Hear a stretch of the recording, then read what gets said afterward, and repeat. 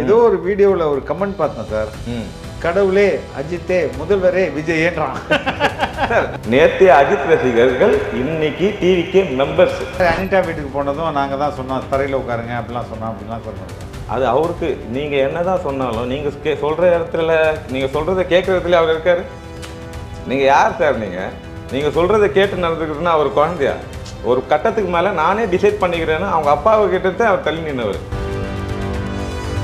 இளைஞர்கள் அரசியலுவாக்குன்றது சொல்கிறது வந்து ஒரு பேச்சு வழக்கு மட்டும்தான். அது நிஜத்தில் நடந்தால் ஏற்றுக்கிறதுக்கு அவங்க காரணம் என்னம்மா? ஊடகங்களுக்கு என்ன அப்படி ஒரு பிரச்சனை? அவங்க மாற்றத்தை விரும்புவாங்க. அந்த பக்கம் நார்த் சைடில் பார்த்தா எல்லா மீடியாவும் அவங்ககிட்ட, இந்த பக்கம் சவுத் சைடில் பார்த்தா எல்லா மீடியாவும் உங்ககிட்ட.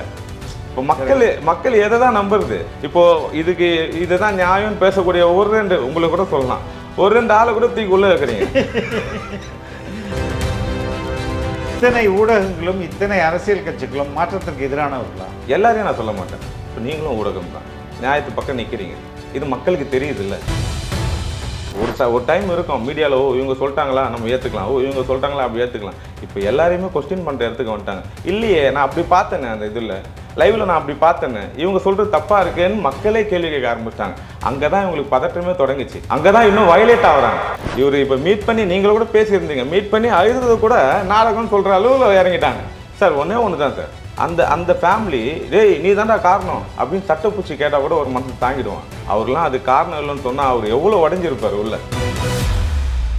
ஆனால் ஒன்று நான் தெரிஞ்சுக்கிட்டேன், இவரோட சைலண்ட் எவ்வளோ பெரிய பவர்ஃபுல்லுன்னு நம்ம தெரிஞ்சிருச்சு. Silence is the most powerful expression. அது அனுபவ ரீதியாக நம்ம பார்க்குறோம் சார். இப்போ சார் கல்வி திருவிழாவுக்கு ஒரு அவார்ட் ஃபங்க்ஷன் மாதிரி தான் இருந்தது அது. இப்போ அந்த அளவுக்கு அவங்க வந்து கவர் பண்ணி வச்சுருக்காங்க. எங்களுக்கு எதிராக பேசாதீங்கன்ற ஒரு அஜெண்டாவை அவங்க எல்லாருக்கும் திணிச்சு வச்சுருக்காங்க. இதுக்கப்புறம் தமிழ்நாடு அரசியல் வந்து முழுக்க விஜய் சாரோட கண்ட்ரோலில் போகுது. அதுக்கு ரொம்ப கிளியர் கட்டாக தெரிஞ்சிச்சு. பீனிக்ஸ் பருவம் மாதிரி இருக்க போகிறாரு, அதான் உண்மை. முதல் மாநாட்டில் இதை சொல்லியிருந்தாரு, என்னை வந்து எந்த அளவுக்கு நீங்கள் வந்து விமர்சிப்பீங்க, கூத்துன்னு சொல்லி எந்த அளவுக்கு நீங்கள் என்னை விமர்சிப்பீங்கன்னு எனக்கு நல்லா தெரியும், தெரிஞ்சு தான் வந்திருக்கேன் அப்படின்னு சொல்லியிருக்காரு. அவர் ரொம்ப கிளியரான அரசியல்வாதி சார். இவங்க நினைக்கிற மாதிரியான ஒரு பெட்டி அரசியல்வாதிலாம் கிடையாது. குஜராத் நிலநடுக்கத்துக்கு கொடுத்ததுலேருந்து ஆரம்பிச்சதுலேருந்து இன்னைக்கு நம்ம இந்த கல்விக்காக குழந்தைங்களுக்கு பாராட்டுற வரைக்கும் அவ்வளோ பெரிய செயல்பாடுகள் இருக்குது, அரசியல் செயல்பாடுகள். இதை பார்த்து தான் இப்படி ஒரு மனுஷன் அரசியலுக்கு வந்தால் நல்லா இருக்குமே. ஒரு மாற்று அரசியலாக வந்துருவாருன்னு சொல்லி ரஜினியை ஒரு பிம்பமாக பார்க்கும்போது ஃப்ரெண்ட்ஸாகி கூட வச்சுக்கிட்டாங்க. ஆமாம், வரவே வைக்க முடியல. இவங்க ஒருத்தரும் அப்படி தான் பண்ணுவாங்க. இப்போ விஜயகாந்த் ஒரு மாற்று அரசியலாக வரும்போது டக்குன்னு கூட்டணி வாங்கன்னு வச்சு காலி பண்ணிட்டாங்க. பார்த்த ரெட்பிக்ஸ் உறவுகளே, பல்வேறு அடக்குமுறைகளையும் ஒடுக்குமுறைகளையும் கடந்த பிறகும் இன்று வரை எந்த ஒரு அரசியல் கட்சிக்கும் பக்கசார்பில்லாமல் தொடர்ந்து மக்களை மட்டுமே மையப்படுத்தி இயங்கும் ஊடகம் ரெட்பிக்ஸ் என்பது உங்கள் அனைவருக்கும் நன்கு தெரியும். தொடர்ந்து நாங்கள் ஒரு சுதந்திரமான ஊடகமாக செயல்பட உங்களது நிதி உதவி எங்களுக்கு தேவை. உங்களால் முடிந்த அளவு எங்களுக்கு நிதி உதவி செய்யுங்கள். திரையில் தெரியும் இந்த QR கோடை பயன்படுத்தியோ அல்லது டிஸ்கிரிப்ஷனில் உள்ள தகவல்களை பயன்படுத்தியோ உங்களால் முடிந்த அளவு எங்களுக்கு நிதி உதவி செய்யுங்கள். நன்றி. வணக்கம் சார். வணக்கம் சார். விஜய் ஒரு கட்டமைக்கப்பட்ட பிம்பம். அதாவது விஜயோடைய அரசியல் என்பது ஒரு கட்டமைக்கப்பட்ட பிம்பம். அவர் வந்து ஜல்லிக்கட்டு போராட்டத்துக்கு எத்தனை மணிக்கு வரணும், எப்படி வரணும், மாஸ்க் எப்படி போடணும், தொப்பி எப்படி போடணும், எங்கே நின்று போஸ்ட் கொடுக்கணும், இப்படியெல்லாம் நாங்கள் வந்து அவரை டைரக்ட் பண்ணோம். அதே மாதிரி அனிதா வீட்டுக்கு போகும்போது எங்கே உட்காரணும், ஏன் தரையில் உட்காரணும், எப்படி கால் நீட்டணும், அதுக்கப்புறம் அங்கே என்ன மாதிரியான எக்ஸ்ப்ரெஷன் கொடுக்கணும் அப்படின்றத நாங்கள் வந்து ஃபோட்டோ எடுத்து இப்படியெல்லாம் ஒவ்வொரு நகர்வும் விஜயோடைய ஒவ்வொரு அரசியல் நகர்வும் ஒரு ஸ்கிரிப்டடு. எப்படி ஒரு பிக் பாஸ் ஷோ வந்து ஒரு ரியாலிட்டி ஷோவோ அதே மாதிரி அவருடைய அரசியல்ன்றது ஒரு ரியாலிட்டி ஷோ மாதிரி அப்பப்போ திட்டமிடப்பட்டு பப்ளிஷ் பண்ணப்படுறது அப்படின்னு சொல்லிட்டு ஒருத்தர் வந்து உங்களுடைய நண்பராக தான் இருந்திருப்பார்னு நினைக்கிறேன், அவர் வந்து சொல்லிகிட்டு இருக்காரு. இது எந்த அளவுக்கு உண்மை? ஏன்னா இந்த காலகட்டங்களில் நீங்களும் அதே அந்த ஜல்லிக்கட்டு குரூப்போட தான் இருந்ததுக்குங்க, அதனால் கேட்குறேன். இல்லை சார், அந்த காலகட்டத்தில் பார்த்தீங்கன்னா பல பிரபலங்களை வந்து அங்கே தெரிஞ்சவங்களை யாரெல்லாம் இருக்காங்களோ அவங்கள மீட் பண்ணி நாங்கள் உள்ளே வந்து கலந்துக்கணும் அப்படின்னு நிறைய பேர் கேட்டு உள்ளே வந்து கலந்துக்கிட்டாங்க. இவர் யாரெல்லாம் வந்தால் அப்படி உங்களுக்கு தெரிஞ்சு? பல பேர் இப்போ அரசியல் பிரபலமும் சரி, சினிமா பிரபலமும் சரி.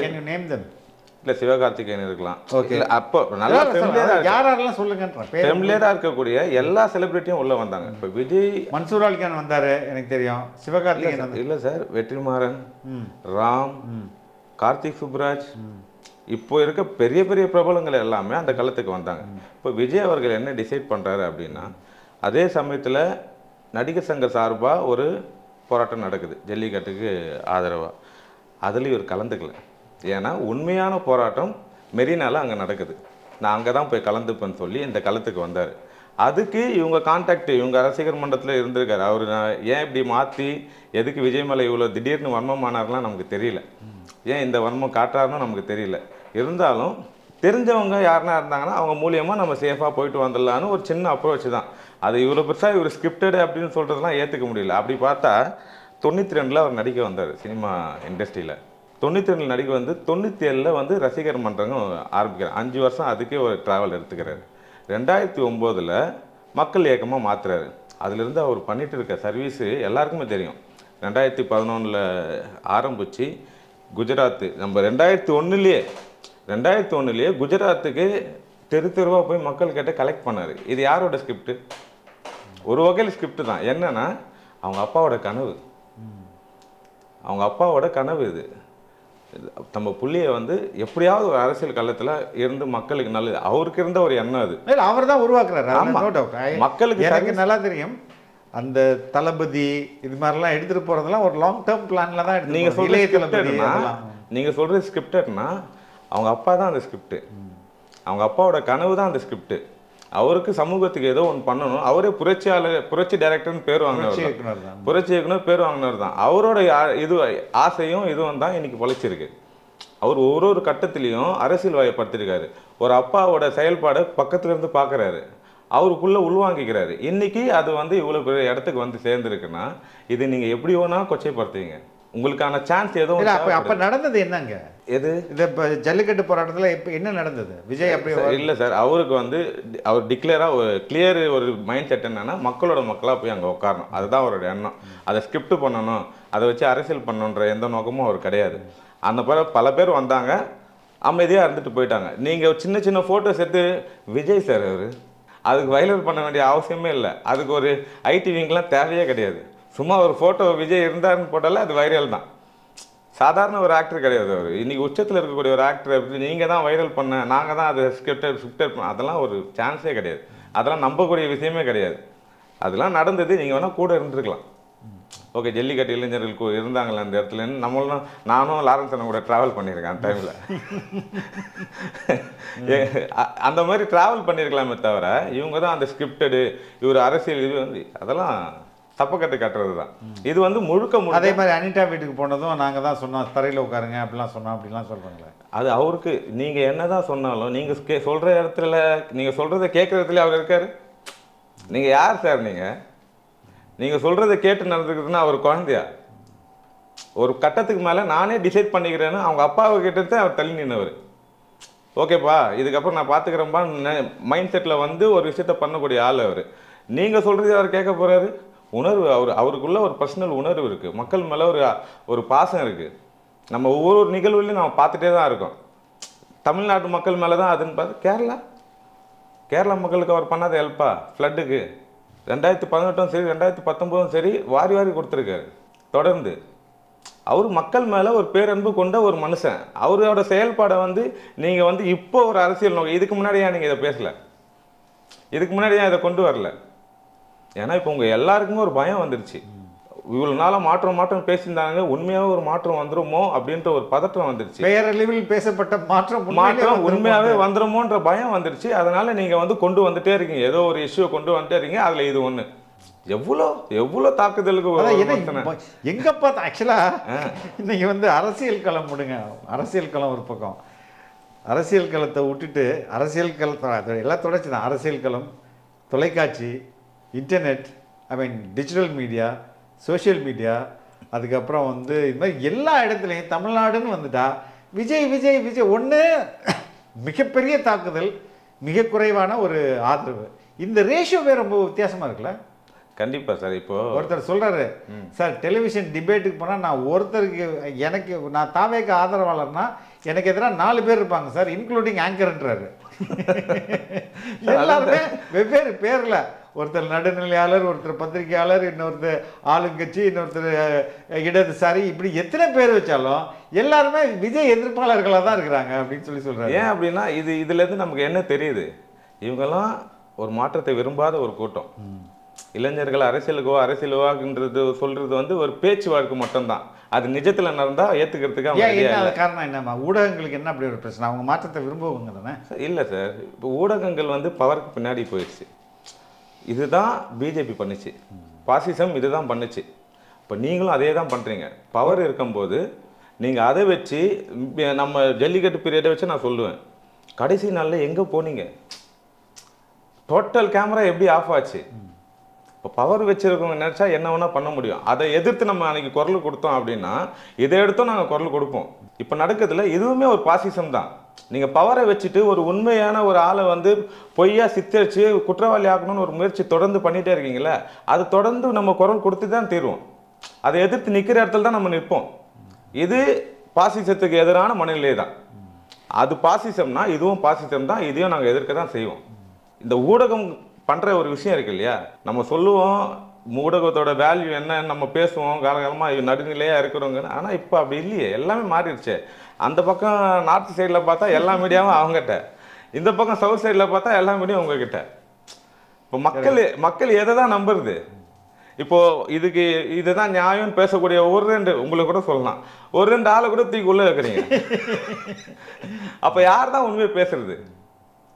அப்போ இந்த மாதிரியான சூழலில் யார் வந்து அதை தட்டி கேட்குறது? இப்போ யார் அது ஸ்ட்ராங்காக நிற்கிறாங்களோ அவங்க பின்னாடி நம்ம போய் நிற்கிறது தான் தட்டி கேட்கறதுக்கான ஒரு ஊக்கம். அதை தான் நம்ம பண்ணுறோம். இத்தனை ஊடகங்களும் இத்தனை அரசியல் கட்சிகளும் மாற்றத்திற்கு எதிரானவர்களா? எல்லாரையும் நான் சொல்ல மாட்டேன். இப்போ நீங்களும் ஊடகம் தான், நியாயத்து பக்கம் நிற்கிறீங்க. இது மக்களுக்கு தெரியுது இல்லை? ஏன் மற்றவர்கள்லாம் மாற்றத்துக்கு எதிரானவர்களாக இருக்கணும்? மாற்றத்துக்கு எதிரானவர்கள் அவங்க கிடையாது, அவங்க கிடையவே கிடையாது. பவர், இன்னைக்கு இருக்க பவர் தான் அந்த மாற்றத்துக்கு எதிரானவங்க. அப்போ இந்த ஊடகங்கள் வந்து அந்த பவர் கீழே போகுது. அதுதான் இப்போ உங்கள் சேனலுக்கு லைசன்ஸ் கேன்சல் பண்ணுவேன்னு மிரட்டினா நீங்கள் என்ன பண்ணுவீங்க? கரெக்ட். அந்த மிரட்டலுக்கு பயந்து தான் இது நடக்குது. சிலர் வந்து அந்த அவங்களோட கொள்கையை ஏற்றுக்கிறாங்க, சிலர் அவங்களோட ஆளாகவே இருக்காங்க, சில சேனல் அவங்கள்தாவே இருக்குது. அப்படின்னும் போது ஓவராலாகவே அவங்க கவர் பண்ணிக்கிறாங்க, ஓவராலாகவே உள்ளே வச்சுக்கிறாங்க. ஓகே, நம்ம கொடுக்குறது தான் நியூஸு, நம்ம கொடுக்குறது தான் அஜெண்டா அப்படின்றத அப்படியே ஆகிப்போச்சு. அதே தான் முன்னாடி சொன்ன மாதிரி தான். அவங்க நார்த்து சைடில் அவங்க ஒரு கேட்டகரைஸு, சவுத்து சைடில் இவங்க ஒரு கேட்டகரைஸு. இவங்க சொல்கிறது தான் நியூஸு, மக்கள் இவங்க சொல்கிறது தான் போய் சேரணும். நீங்கள் என்ன தான் ஒரு டைம் இருக்கும் மீடியாவில், இவங்க சொல்லிட்டாங்களா நம்ம ஏற்றுக்கலாம், இவங்க சொல்லிட்டாங்களா அப்படி ஏற்றுக்கலாம். இப்போ எல்லாரையுமே கொஸ்டின் பண்ணுற இடத்துக்கு வந்துட்டாங்க. இல்லையே, நான் அப்படி பார்த்தேனே, அந்த இதில் லைவில் நான் அப்படி பார்த்தேன்னு, இவங்க சொல்கிறது தப்பாக இருக்குன்னு மக்களே கேள்வி கேட்க ஆரம்பிச்சிட்டாங்க. அங்கே தான் இவங்களுக்கு பதற்றமே தொடங்கிச்சு, அங்கே தான் இன்னும் வயலேட் ஆகுறாங்க. அப்போ இன்னும் இதை நம்ம ஸ்ட்ராங்காக மக்கள்கிட்ட போய் கொண்டு போய் சேர்க்கணும், இந்த நெகட்டிவிட்டியை போய் சேர்க்கணும், இந்த பிம்பத்தை உடைக்கணும், விஜய் அப்படிங்கிற அந்த ஒரு பவரை வந்து காலி பண்ணணும். அப்போ நம்ம இன்னும் பவர்ஃபுல்லாக மீடியாவை ஆக்குபை பண்ணணும்னு சொல்லி ஒரு மீடியா ஆக்குபை தான் இங்கே நடந்திருக்கு. இது வரைக்கும் இன்னைக்கு வரைக்கும் இவர் இப்போ மீட் பண்ணி நீங்களும் கூட பேசியிருந்தீங்க, மீட் பண்ணி அழுது கூட நாடகம்னு சொல்கிற அளவில் இறங்கிட்டாங்க. அவர் பொலிட்டிசைஸே பண்ணல, அதை பர்சனலாக ஒரு ஃபேமிலி மீட்டிங் மாதிரி ஒன்று பண்ணி, சார் ஒன்று தான் சார், ஒரு ஃபேமிலியில் இறக்குறாங்க, அந்த ஃபேமிலி டேய் நீ தான்டா காரணம் அப்படின்னு சட்டப்பூச்சி கேட்டால் கூட ஒரு மனசு தாங்கிடுவான். அவர்லாம் அது காரணம் இல்லைன்னு சொன்னால் அவர் எவ்வளோ உடஞ்சிருப்பார் உள்ள. அவங்க அந்த ஆட்களை நேரில் பார்க்கும்போது அவர் எவ்வளோ உடஞ்சி அழுதுருப்பார். இதை கூடமா உணர முடியல உங்களால்? இல்லை, எல்லாரும் உணர முடியும். ஆனால் வாடகை வாங்கின வாடகைக்கு ஏற்ற மாதிரி அது இருக்குல்ல, அதுதான். இருந்தாலும் மனசாட்சின்னு ஒன்று இருக்குல்ல சார், இந்த அளவுகளோட நிறுத்திக்கலாம். அவர் பாவம் உண்மையாகவே உடஞ்சி அழுதுருக்காரு, ஒரு ஃபேஸை கூட காட்டல. இன்னைக்கு டேட் வரைக்கும் ஒரு ஃபோட்டோஸ் வெளியே வரல. மற்ற அரசியல் கட்சியாக இருந்தால் இதை எப்படி பயன்படுத்திருப்பாங்கன்றது நம்ம இவ்வளோ கால அரசியலில் பார்த்துருக்கோம். கத்தி கூச்சல் போட்டு நீங்கள் தான். ஆனால் இவர் இது வரைக்கும் சைலண்டாக தான் இருக்கார். ஆனால் ஒன்று நான் தெரிஞ்சுக்கிட்டேன், இவரோட சைலண்ட் எவ்வளோ பெரிய பவர்ஃபுல்லுன்னு நம்ம தெரிஞ்சிருச்சு. Silence is the most powerful expression. அது அனுபவ ரீதியாக நம்ம பார்க்குறோம் சார். இப்போது இவர் இன்றைக்கி தான் சைலண்ட்டாக, என்னப்பா இவர் இவ்வளோ பெரிய இஷ்யூ நடக்குது, அவர் பாட்டுன்னு அங்கேயே தான் இருப்பாரா, இன்றைக்கி தான் அவர் சைலண்ட்டாக இருக்காரா? இதுக்கு முன்னாடி அவருக்கு நடந்த அத்தனை இன்சிடென்ட்லையும், தலைவா படத்துக்கு வந்த பிரச்சனையாக இருக்கட்டும், மெர்சல் படத்துக்கு வந்த பிரச்சனையாக இருக்கட்டும், எதுக்குமே அவர் வாயை தோன்றலாம் எக்ஸ்பிரஸ் பண்ணதே கிடையாது. அவர் சைலண்ட்டாக தான் இருப்பார். ஆனால் அவரை சுற்றி ஒரு அரசியல் நடந்துகிட்டே தான் இருக்குது. இன்னைக்கு இல்லை, அன்னையிலேருந்தே. சார் ஒரு விஷயம் நான் ரொம்ப வித்தியாசமாக பார்க்குறது எப்படின்னா, இந்த விஜயோடைய சக சினிமா தோழர்கள் யாருமே விஜய்க்கு ஆதரவாக பேசுகிறதே இல்லை. ஆனால் சினிமாவில் இப்போ விஜய்க்கு ஆதரவாக இருக்கிறாங்க, அப்படி இருக்கிறாங்க, அவர் மற்ற விஷயங்கள்லாம் பயங்கரமாக புகழ்கிறாங்க. அது நடிகர்களாக இருக்கட்டும், நடிகையாக இருக்கட்டும், வயதானவர்கள் இருக்கட்டும், எங்காக இருக்கட்டும், அவ்வளோ பேர் அவர் வந்து ரொம்ப அவருடைய ஒவ்வொரு டைமென்ஷனையும் பேசுகிறவங்க. அரசியல் கட்சி தொடங்கின பிறகு ஒரு பெரிய நீண்ட நிசப்தம் இருக்குது. யார் கூட ஒருத்தர் கூட பாசிட்டிவாக இல்லை வந்து நெகட்டிவாக ஒரு சில பேர் பேசுகிறாங்க, பாசிட்டிவாக ஒருத்தர் கூட பேசலையே. சினிமாவில் இருக்காங்க சார், சினிமாவில் இருந்தால் சினிமாவில் இருக்காங்க, ஒரு அழுத்தம் இருக்கும் கண்டிப்பாக. ரஜினி சார் போன்ற ஆட்களுக்கே ஒரு அழுத்தம் இருக்குது. பெரிய சக்தி, நேஷ்னல் லெவலில் பவர் வச்சுருக்க, ஃப்ரெண்ட்ஷிப் வச்சுருக்க ஒரு ஆளுக்கே ஒரு அழுத்தம் இருக்கும்போது சின்ன நடிகர்கள், நீங்கள் சொல்கிறது அஜித் சார் அந்த மாதிரி ஆட்களை தான் சொல்கிறீங்க. ஏன்னா இவங்க மடை மாற்ற நினைக்கிறது என்னென்னா, விஜய் போல் ஒரு பெரிய பவர் உள்ளே வந்திருக்கு, அவருக்கு அடிக்கணும், அவரை ஒழிக்கணும்னா சினிமாவில் யார் அவருக்கு எதிரியாக இருந்தாங்க? இல்லை அது நிறைய பண்ணாங்கன்னு. அவர் ஸ்போர்ட்ஸ், அவருடைய அஜித்தோடைய கார் ரேஸ்க்கு ஸ்பான்சர் பண்ணாங்க. அதுக்கப்புறம் பார்த்தீங்கன்னா விஜயோட கொடி மாதிரியா ஒரு கார் கலர் இருக்குன்னு இருக்காங்க. இந்த மாதிரியான இப்போ இதை பேசிட்டு அதுக்கப்புறம் இந்த ரசிகர் பாலிடிக்ஸ் வருவோம். Why there is a silence? யாருமே ஏன் ஓப்பனாக விஜய் அஜித்தோ இல்லை சிவகார்த்திகேயனோ இல்லை பிரசாந்தோ யாரோ ஒருத்தர் ஏன் அவர் கூட நடித்த நடிகர்கள் கூட ஒரு வார்த்தை கூட இதை பற்றி பேச மாட்டாங்கிறாங்க? இல்லை சார், அவங்களுக்கும் பிரச்சனை வரும்ன்ற ஒரு தயக்கம் இருக்குது சார். எல்லாருக்குமே ப்ராப்ளம் வருன்ற ஒரு தயக்கம் ஏன்னா லைம் லைட்டில் இருக்கிறவங்க ஒருத்தர் ஒரு வார்த்தை விட்டால் கூட அவங்கள டார்கெட் பண்ணிடுவாங்க. ஃபார் எக்ஸாம்பிள், நான் இது எடுத்துக்காட்டாக சொல்கிறேன். நானும் ஒரு சினிமா டைரக்ஷனில் இருக்கேன், அதை வச்சு நான் சொல்கிறேன். என் படம் தள்ளி போச்சு. உங்கள் படம் ஓகே, என் படம் டிஸ்ட்ரிபியூட் பண்ண ஆள் வந்து டிஎம்கேக்காரு. ஓகே, இதை சொல்லாமல் தெரியல உண்மைன்ற பட்சத்தில் அவர் டிஎம்கேக்காரு. எனக்கும் அவருக்கும் நல்லா போயிட்டு இருந்தது, ஸ்மூத்தாக பேப்பர் ஆர்டர் கொடுத்தோம், ரிலீஸுக்கு எல்லாமே ரெடி பண்ணோம். திடீர்னு ஆள் லெஃப்ட் ஆகிட்டாரு. எனக்கும் அவருக்கும் டிஎம்கே விஜய்ன்ற ஒரு ஆர்குமெண்ட் வந்தது. 2-3 நாள் அவர் சைலண்ட் ஆகிட்டாரு. ஃபோன் கால்ஸ் இல்லை, எங்கள் பணம் போயிடுச்சு, வாங்கின காசு போயிடுச்சு.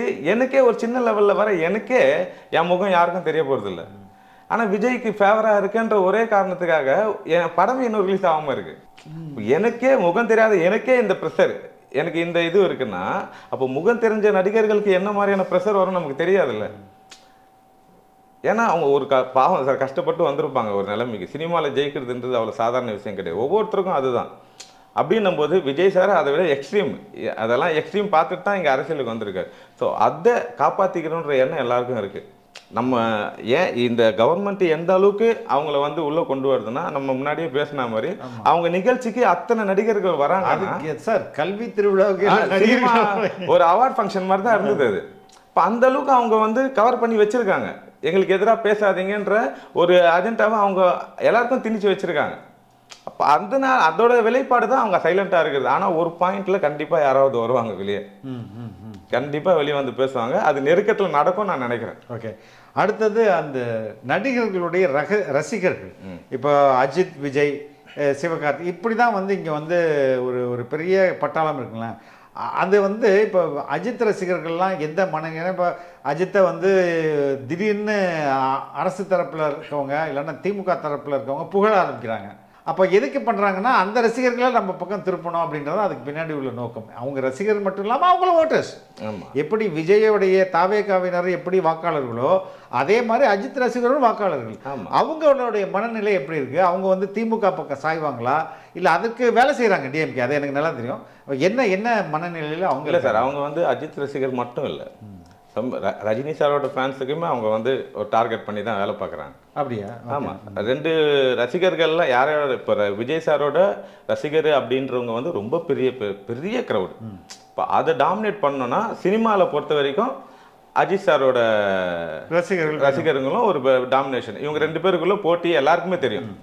சினிமா ரசிகர்களுக்குள்ள அடிச்சுக்கிறது, இதெல்லாம் பண்ணுறது, பேனர் போட்டுக்கிறது எல்லாமே எல்லாருக்கும் தெரிஞ்ச விஷயம்தான். ஆனால் அரசியல்னு வரும்போது அவங்க ரொம்ப தெளிவாக இருக்காங்க சார், ரொம்ப தெளிவாக இருக்காங்க. நான் வந்து ஏதோ ஒரு வீடியோவில் ஒரு கமெண்ட் பார்த்தேன் சார், கடவுளே அஜித்தே முதல்வரே விஜயேன்றான் சார். ரொம்ப பர்சனலாக நான் சொல்கிறேன், ஆல்ரெடி கட்சியில் இறங்கி வேலை பார்க்க ஆரம்பிச்சிட்டாங்க அஜித் ரசிகர்கள். ஓகே, கட்சியில் இறங்கி கூட்டத்துக்கு வேலை பார்க்குறாங்க, ரொம்ப தெளிவாக சொல்கிறாங்க. சினிமா தாண்டி அரசியல்னு வரும்போது எங்களோட ஆதரவு விஜய்க்கு தான் அப்படின்னு ஓப்பனாக டிக்ளேர் பண்ணி வேலை பார்க்குறாங்க. பர்சனலாக பர்சனல் நான் சொல்கிறேன், என் ஃப்ரெண்டு தீவிரமான அஜித் ரசிகர், உயிரை கொடுக்கக்கூடிய அஜித் ரசிகர். அவன் என்கிட்ட சொல்கிறான், மச்சான் ஏதாவது நிகழ்வுனா சொல்லு, நம்ம இறங்கி வேலை பார்ப்போம் ஓகே அப்படின்னு ஸ்டாண்ட் எடுக்கிறான். ரஜினி சார் பக்கம் ஒன்று வரும், எங்கள் அப்பா ரஜினி ரசிகர், ஓகே, அவர் இறந்துட்டாரு.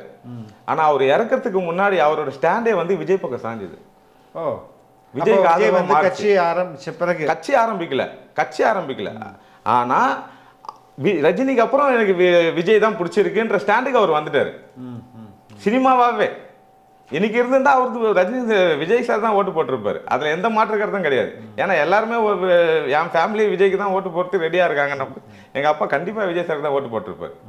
அதுல எந்த மாற்று கருத்தும் இல்லை. அது இவங்களோட பொலிட்டிக்கல் அஜெண்டான்னு ஒன்று இருக்கு இல்லையா.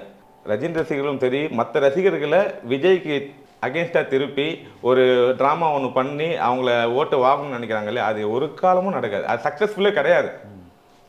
கிரவுண்ட் ரியாலிட்டி ஆல்ரெடி அவங்க விஜய் சாருக்கு சப்போர்ட் பண்ண ஆரம்பிச்சிட்டாங்க, இறங்கி வேலை பார்க்கவே ஆரம்பிச்சிட்டாங்க.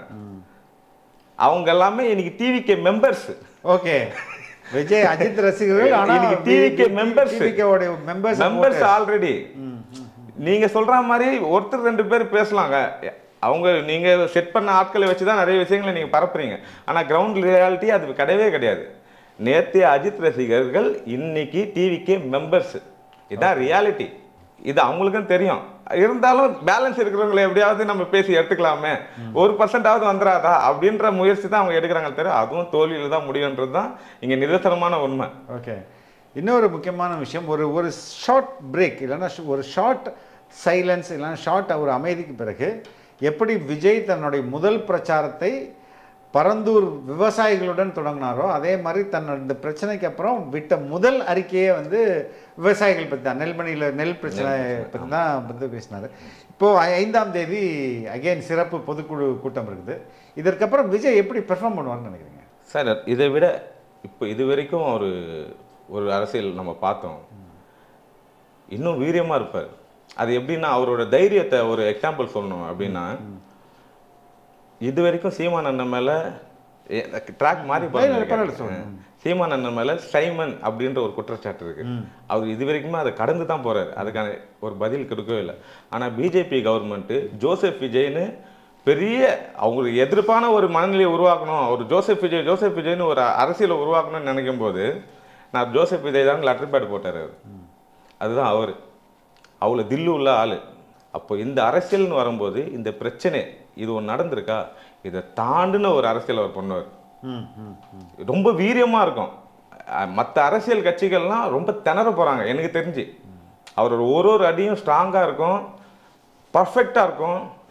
மக்கள் பாதுகாப்பில் ரொம்ப தெளிவாக இருக்காங்கன்றது நியூஸ் வருது. ரொம்ப தெளிவாக இருக்காங்க. மக்களுக்கு ஒரு சின்ன இன்சிடெண்ட்டில் கூட அவங்கள ஒரு சின்ன கீறல் கூட விழுந்துடக்கூடாதுன்றதுல இப்போ ரொம்ப தெளிவாக பிளான் பண்ணுறாங்க.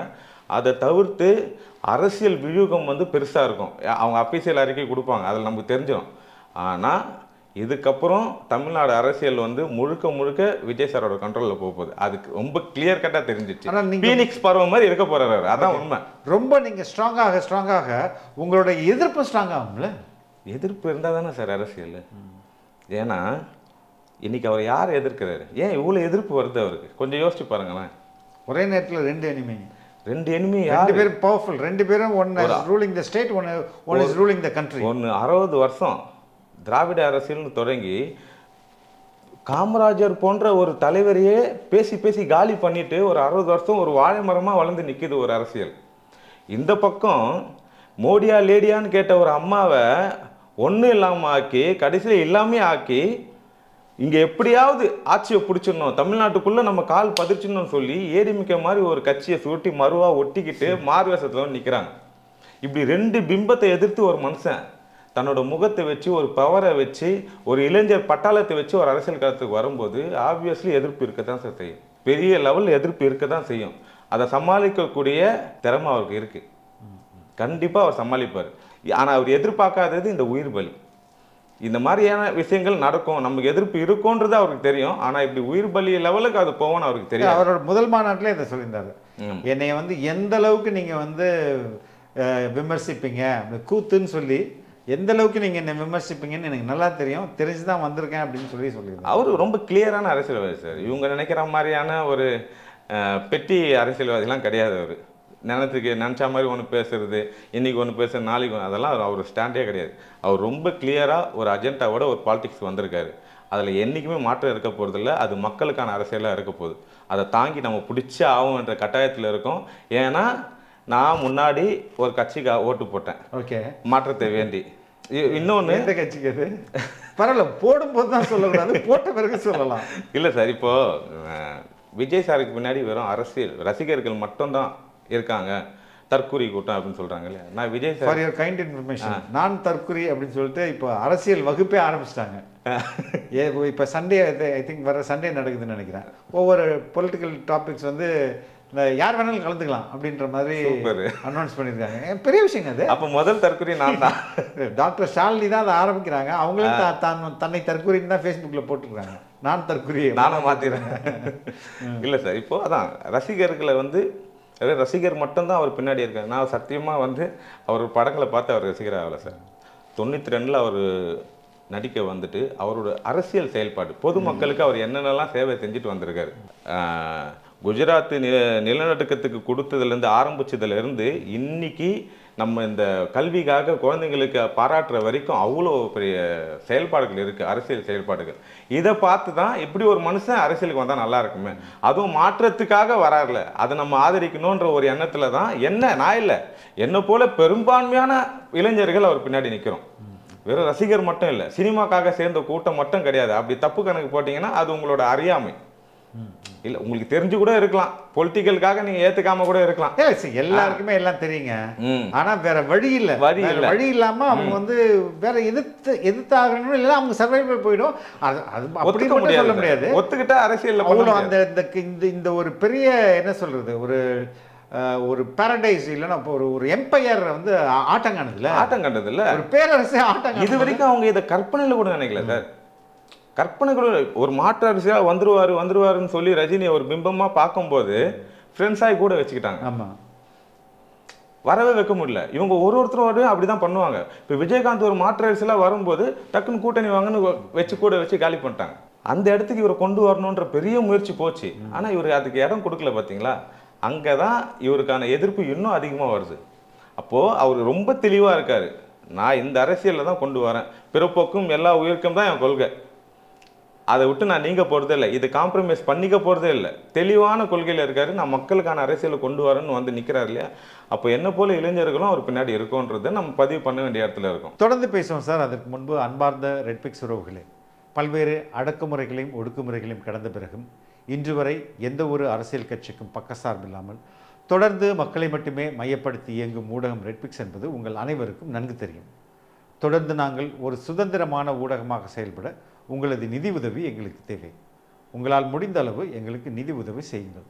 திரையில் தெரியும் இந்த QR கோடை பயன்படுத்தியோ அல்லது டிஸ்கிரிப்ஷனில் உள்ள தகவல்களை பயன்படுத்தியோ உங்களால் முடிந்த அளவு எங்களுக்கு நிதி உதவி செய்யுங்கள். நன்றி, ரொம்ப ரொம்ப நன்றி. தொடர்ந்து மீண்டும் அடுத்தடுத்த நேர்காணலில் சந்திப்போம். கண்டிப்பாக சார், தேங்க்யூ.